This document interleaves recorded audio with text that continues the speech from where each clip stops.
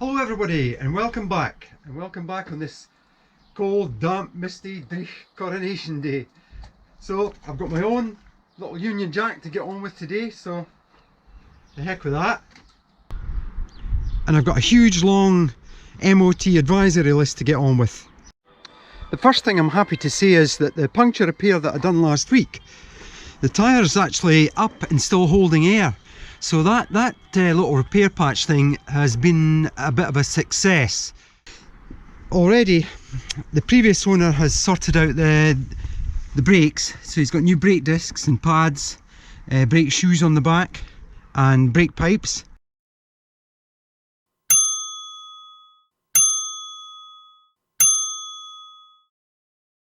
And the next thing is the track rod ends and the track rods themselves. And also the inner track rod joint, they're all worn and it's actually quite bad, and if I wobble it side to side you can probably hear it and even see it.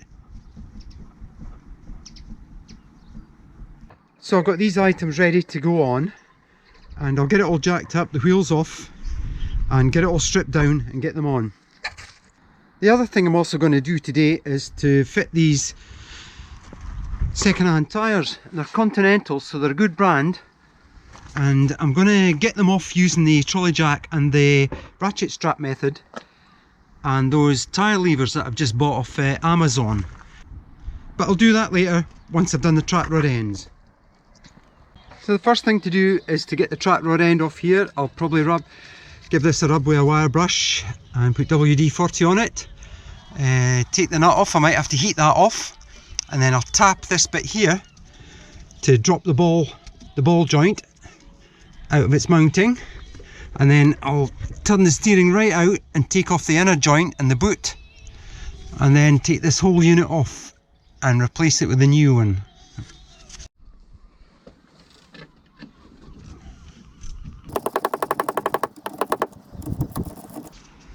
Bloody typical, the bolt's actually turning the ball joint, so I'm going to have to jack up the track control arm just to put pressure on the actual ball joint itself to get enough friction to take the nut off the top.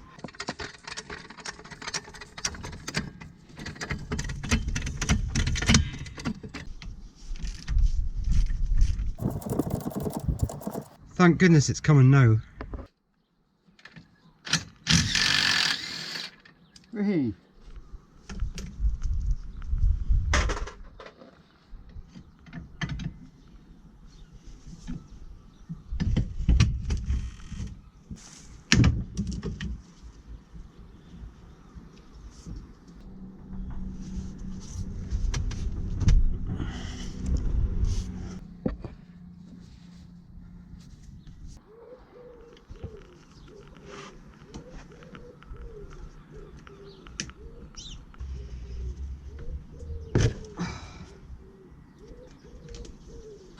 So if I push this in and out, you can hear it and possibly even see it moving.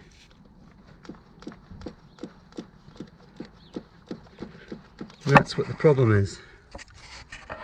So somehow I've got to get into there to get this inner joint off, and I need to get a adjustable spanner into there, or the mole grips, to turn this to screw it off.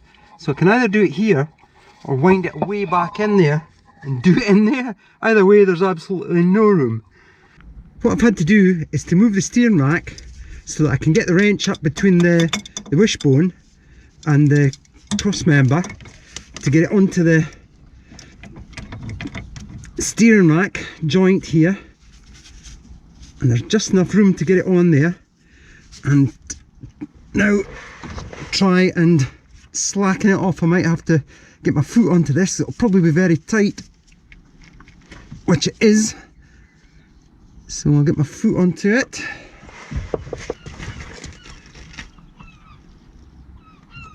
I knew that would happen.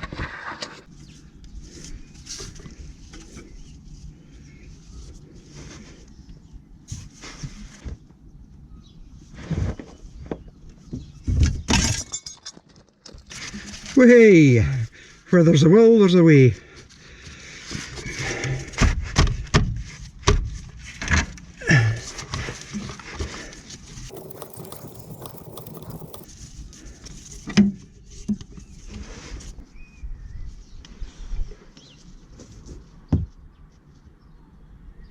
So before I dismantle the track rod end off the track rod to get the boot off, I'm going to do a visual check, make sure the parts I've got are a direct replacement, which they seem to be. These are sided, and this has got the same nut on it, same thread, the same end, and it looks like the right length as well. So what I'm going to do is I'm going to measure this, and I'm going to put this together so that it's exactly the same length as this, because when this was put on the car, I would imagine it would have been tracked properly. So that should be the correct width. And the only reason that the wheel was splaying was because this joint in here was slack and wobbling about.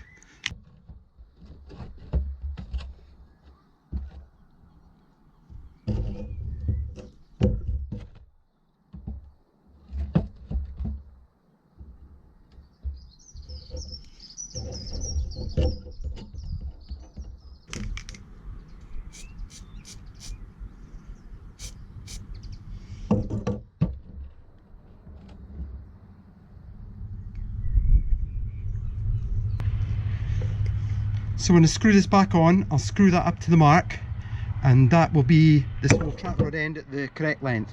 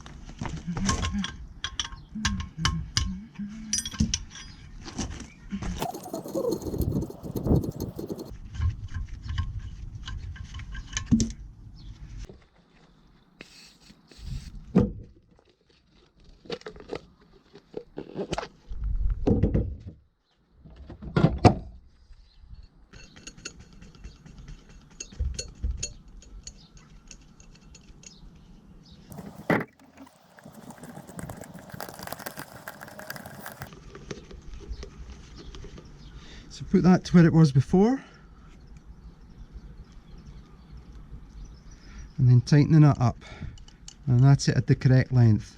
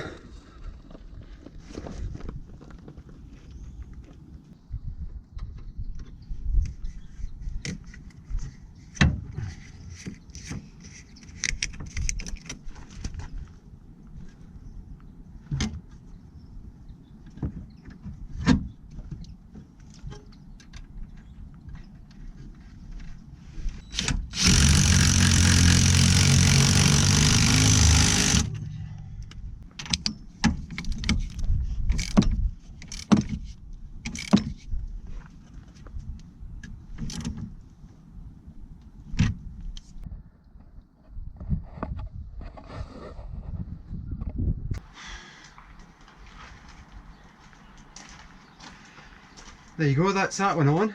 Like all jobs in the car, it's quite hard, so I've just got to get on and do the other side now.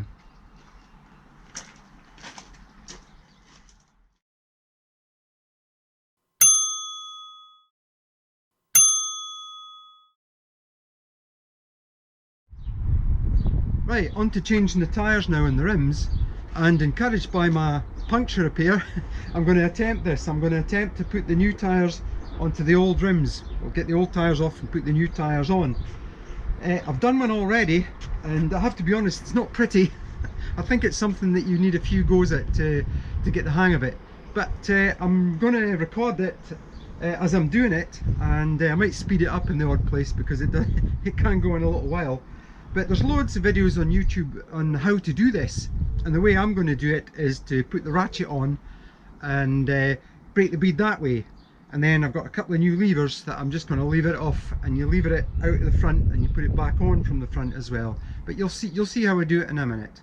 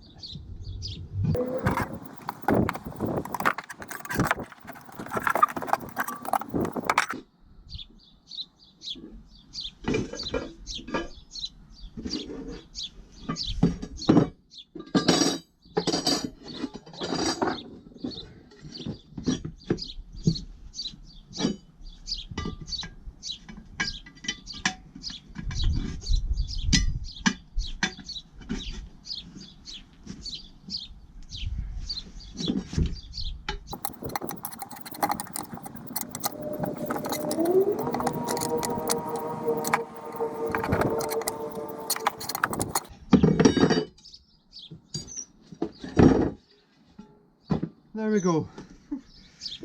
You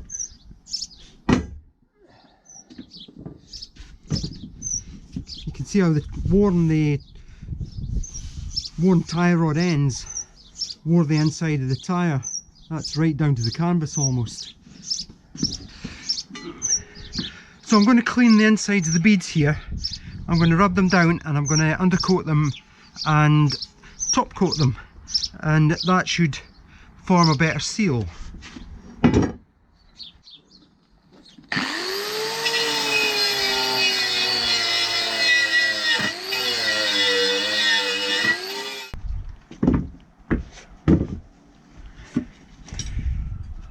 So putting the tyre on is just a reversal of taking it off, but I'll put the fairy liquid round the rim first.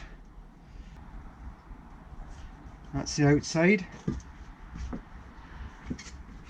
So it's going like this, so we'll just push it on.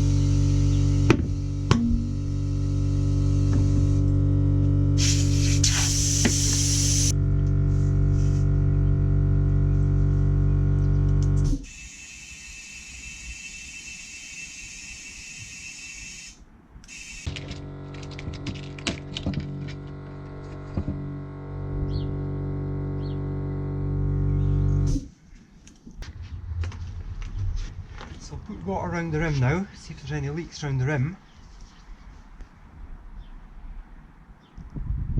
All seems fine there.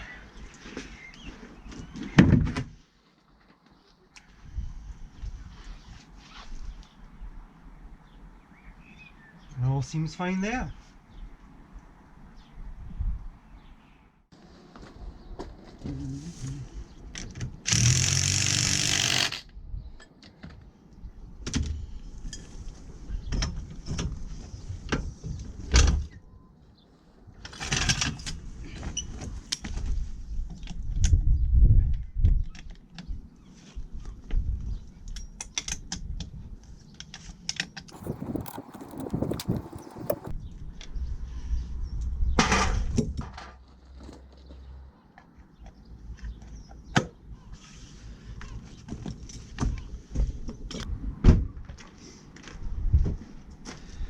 Well, that's that done, and I've taken quite a mauling. It's quite hard work, and I wouldn't want to do that for a living. You know, no wonder mechanics are grumpy all the time. But the tie rods and the tie rod ends are on, everything's all tightened up. I managed to put the tyres on, which is great. I think with a bit more practice I could probably put them on a bit better and a bit quicker, and also get them on without actually scratching the face of the wheel, which is quite difficult. You've got to sort of push down and keep it off as much as you can, but I've done it. And with painting the rims, I blew them up and the air doesn't seem to be leaking, so I'm going to leave them on overnight and I'll check the pressures in the morning to see if they're just the same. And then I've also ticked off another advisory, and I had a look at both wheels, and it said that one of the wheels was buckled on the inside, and I couldn't see any of that. So whether the wheel's on the back or not, I don't know. I'll have to check the rear ones now.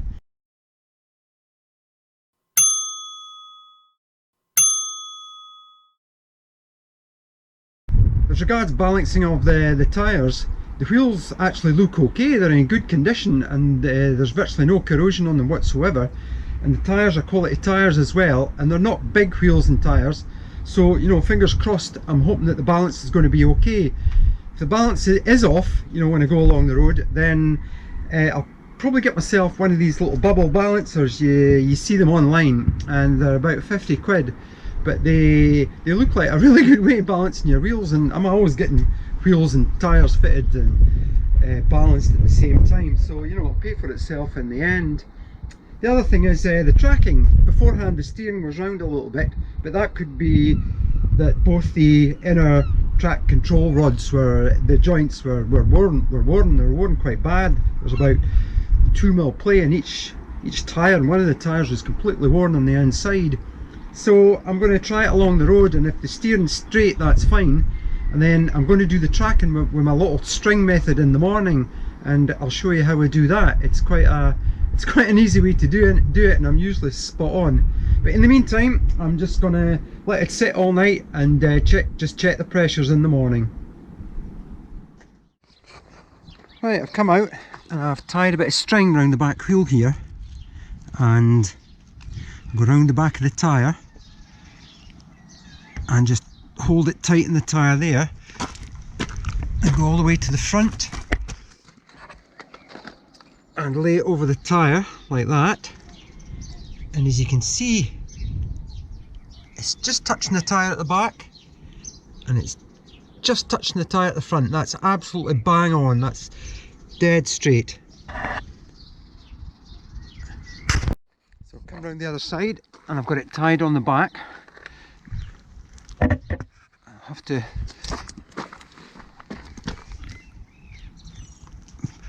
put it up about there on the tyre to get below the hubcap. Come along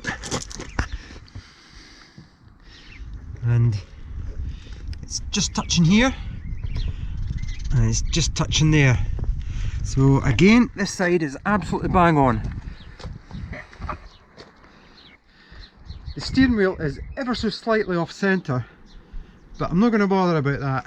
I don't really want to go underneath and start moving the track control arms in and out. I could, but it's only like sort of half a turn and I would have to do both of them to get the steering to go one way. Might fine tune it at a later date, but for now it's absolutely fine. So that's it again. The old string method has worked well and I'm pleased that the alignment is just bang on, and I'll just have to put up with the steering being slightly off. I don't mind that at all. And the air in the tyres are staying up and the balance is actually quite good. There's no vibration in it whatsoever, so I'm really pleased about that. So as usual, hopefully it's helped somebody. The next big thing is finishing off the lacquer peel. I'm just about there. It's just the weather, you know, when it comes off the east here it gets really damp and wet and windy, so I've not been able to finish off. I've still got one of the pillars to do, so I've still got that to finish off and then obviously edit the video. So as usual, if you've enjoyed the video, thumbs up, please keep watching, keep subscribing, and we'll see you soon on the Garage of Dad.